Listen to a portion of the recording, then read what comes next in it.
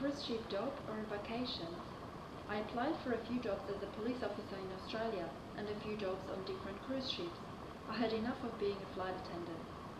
I felt like I was being sent to the same places over and over, and my chances of flying to where I actually wanted to go were small. I give the airline credit for having an awesome swap system in place. Flight attendants could advertise to swap their flights and mention what they would like in return. Sometimes I saw monetary incentives in addition to the undesirable flights. Often undesirable flights consisted of back-to-back turnaround flights. This meant dropping passengers off in a different country, returning to base being Dubai, and doing similar the next day. Some African flights were not popular either, especially as it was deemed unsafe for us to leave the hotel in places like Nigeria. This is where I got my first private tennis lesson though, as the hotel facilities were good. I have spent much time on the computer seeing what I could get for my flights and requesting destinations I've never been to before. Having seen a quarter of the world, I decided to try a new adventure. I got a job on the cruise ship. I thought that I should take it as I didn't hear from any other cruise ship companies at all. It seemed such an impossible organization to break through to. To be a waitress on the cruise ship, many companies usually want the applicant to have 5 years of experience in a 5-star hotel. Where would I get that from?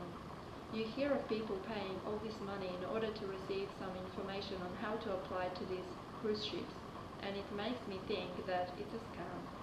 I decided to apply through the internet. Cruise ship was another eye-opener. There were married men who were hooking up with single girls. Those girls were usually falling in love with them, knowing about the man's wife and kids. A lot of jobs on the cruise ships involved long shifts and working pretty much every day. My position was called a hostess, and the contract was for 10 months. I had my sea survival training in Malaysia. A few days before I was supposed to start work on the cruise ship, I took a bus to go from one place in Malaysia to another. I took the bus in the evening. It was going to be a long bus trip, so I listened to my French-English tape to learn a bit of French. It is such a sexy language. If a guy speaks French, I just want to melt.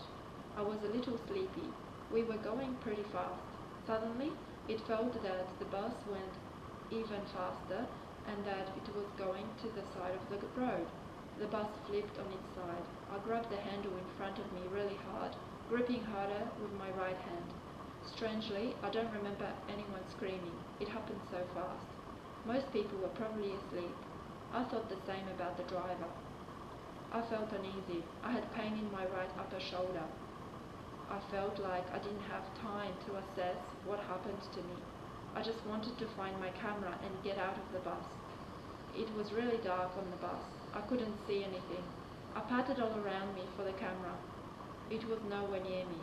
I only found my jacket. The camera bag had my mobile in there too, but it was on vibrate. At least I had my bag with the passport, credit card, and some money with me. I thought the camera may still be on the bus somewhere. I went outside of the bus, and all the passengers were pretty much out already. By then, some spectators have gathered and were roaming around the bus. I asked one person to go in and look for my camera. He emerged a while later and said that he couldn't find it. I felt like I was robbed. This is definitely adding insult to injury. In the meantime, I lay down with my head on my bag and legs elevated on the rail of the side of the road. There was a man sitting next to me. He was bleeding from his temple area. I thought that he may go into shock. I told him to lie down like me. The ambulance came. It came really fast. I told an ambulance officer that my right arm is hurting.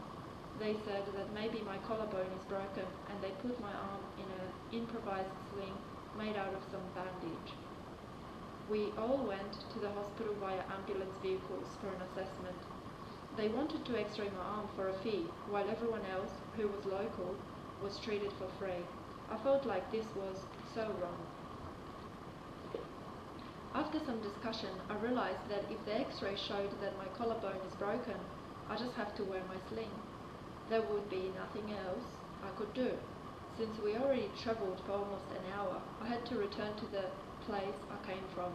I had to sort out stuff with the agency which employed me to work on the cruise ship.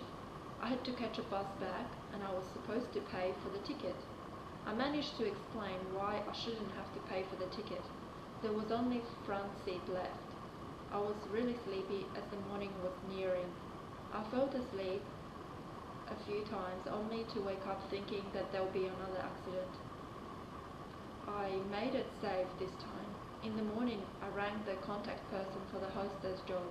I was advised to produce an x-ray of the extent of my injury, and then they would decide. The x-ray report said confirmed broken collarbone, 6 weeks to recover, wear a sling. My supervisor told me that I would still be going on the cruise ship and they would wait until I recovered. I was pretty much laying down on my bunk bed watching satellite TV. When we got to port, I got out and had a look around. Cruise ship staff all around me was not getting much sleep. Yet I was able to sleep as much as I wanted, but I couldn't. My arm really hurt. The bruising extended down to my right breast. I couldn't reach to do my brow up and to put my hair in a ponytail. I found it annoying having to ask other people. After 2 weeks on the cruise ship, they probably realized that it would take a few weeks longer, so they sent me back to Australia. I don't think I would have lasted 10 months there if I didn't break my collarbone. I would then have to pay a hefty fee that probably covered the cost of recruiting another person.